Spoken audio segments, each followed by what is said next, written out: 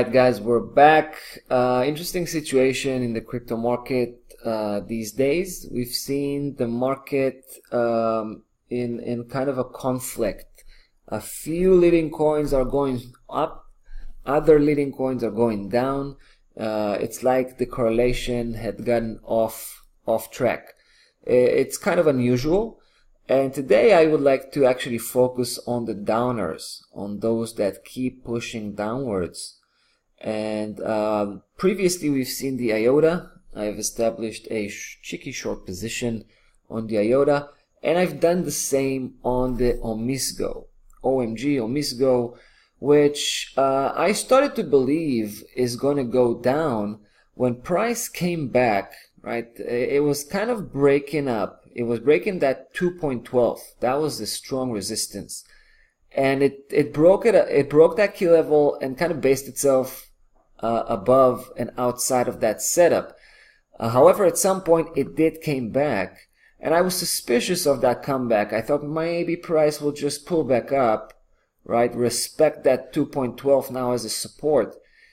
But when I saw price breaking below the 200 daily moving average, on top of breaking below the 212, and then having a weekly close confirming that, breakdown, then it was clear to me that we're probably looking at a full-fledged downside reversal and not just a technical correction, right? Because if price was basically false, performing a false breakout here, then it is much more likely that we'll see a significant downside move, which is going to be equal to the previous moves, because we were trading sideways up until now. I think we're still trading sideways. That was the first move. That was the second leg, all the way up. Third leg probably overshooting itself on the upside, and now possibly producing the next downside leg. Now I had a secondary target at 173.36, right? You remember that level? I talked about it before.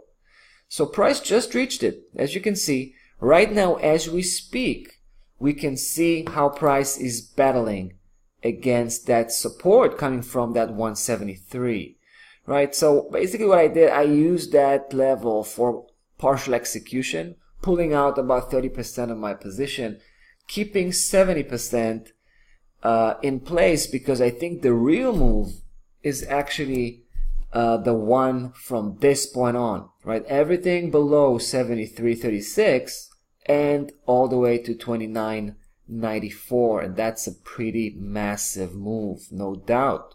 We're talking about, quickly calculating here off my head, I think we're talking about 30% or so in terms of potential return. And it could manifest here very quickly. Usually we know downside momentum is stronger than an upside one. Now, the only thing that stands in our way is still that 173.36. Even though we see that price seemingly, kind of breaking it right now, we still have to wait at the end of the day.